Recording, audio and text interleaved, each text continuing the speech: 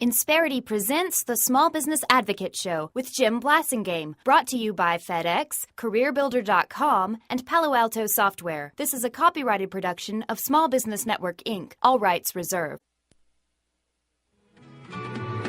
Life goes on day after day.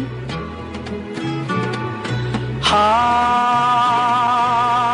torn in every way. Welcome back, 23 After. That's Jerry and the Pacemakers. I'm Jim Blasingame. Thanks for hanging out with me. My website is smallbusinessadvocate.com. I hope you check it out when you get a chance. Don't forget to subscribe to my free newsletter. Don't forget to take the poll question right there on the homepage. Check it out and see what you think. And when you click your answer, you'll see how the poll is going so far. My blog is right there off the homepage. The video, we got this week's video is up on the website there. I hope you'll check that out. So all those things, that's a 14-and-a-half-year-old website that we continue to update every day and improve every year. So thank you for taking advantage of that. Tom Anastasi has deposited many pieces of wisdom over the years as a member of our Brain Trust, and you can find his work there in the suite that we provide for him, and as well as his own website, tomanastasi.com. We're talking about leadership, and by the way, Tom is the author of The Successful Entrepreneur. I encourage you to check that out too.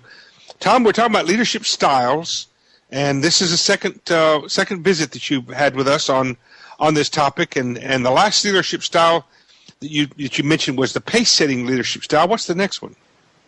The next one is the democratic style, and this is kind of an interesting one because in the democratic style, you're just one vote. So, you can sit there and anytime there's a decision, you bring it up for a vote. And if the employees outvote you, you go with them.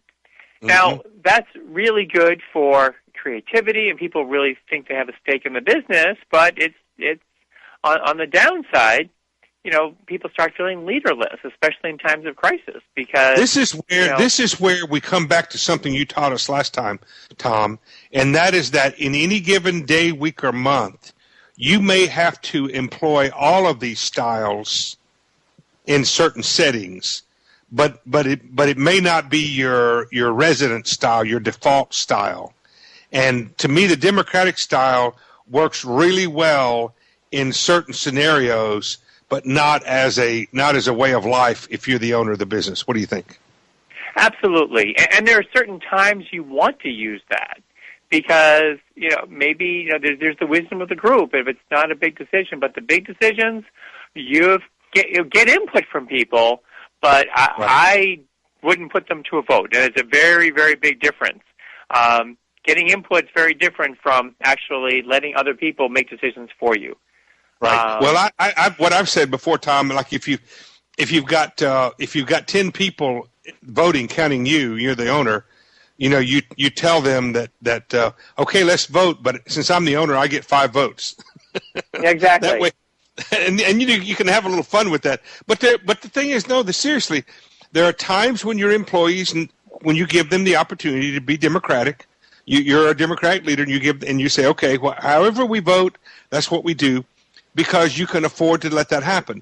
And then there are times when you have to say, okay, guys, I'm sorry to tell you that we do democratic things around here, but this is not a democratic organization. And right. At some point in time, as you said, I have to make the final decision. So I liked what you said, especially last time when you said some of these styles, you will come and go from all of them. Stay with us. What do you think about that? Oh, absolutely, 100% correct. Yep. Yep, and the thing is that people have to get out of their comfort zones and start using styles that they would not necessarily use naturally. Use it on small things first. So if you're the type of person that's a control enthusiast and never wants to give people a vote, give people a vote on something small. Mm-hmm. And if you're the type of person that always wants to give people a vote and never make a decision, well, go ahead and make a decision on something small first to see how it works. And then eventually you'll get good at it, because leadership is an art. One of the things is when I talk to senior managers, I ask them, are you a better leader now than you were 30 years ago? And they'll say, well, yeah. And I say, why? Well, I've made a lot of mistakes in the last 30 years, and I've seen a lot of mistakes, but mostly the ones I've made. And they say, oh, my gosh, it's all my mistakes. It's the collection of all the things I've done wrong that make me a good leader. And as soon as they realize that, they realize what leadership is all about. And that's when they know when to apply certain leadership styles to certain scenarios.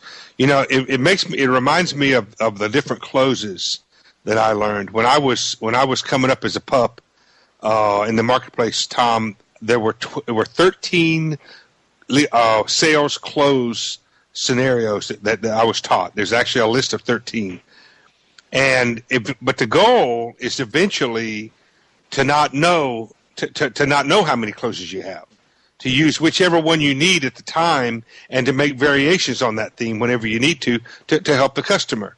And that's kind of the way I think leadership is. In any given day, as you've taught us, you may be democratic this morning and then autocratic or dictatorial this afternoon. That's the way it works, isn't it? It is. It is. And as you said, having made mistakes, having had to live with some of those mistakes, helps you make a decision when to use which one. It does, and that only comes with experience. And then very quickly, the other two styles are coaching and affiliative. In coaching, you help people. So what you're doing is you are training people to be the best version of who they are.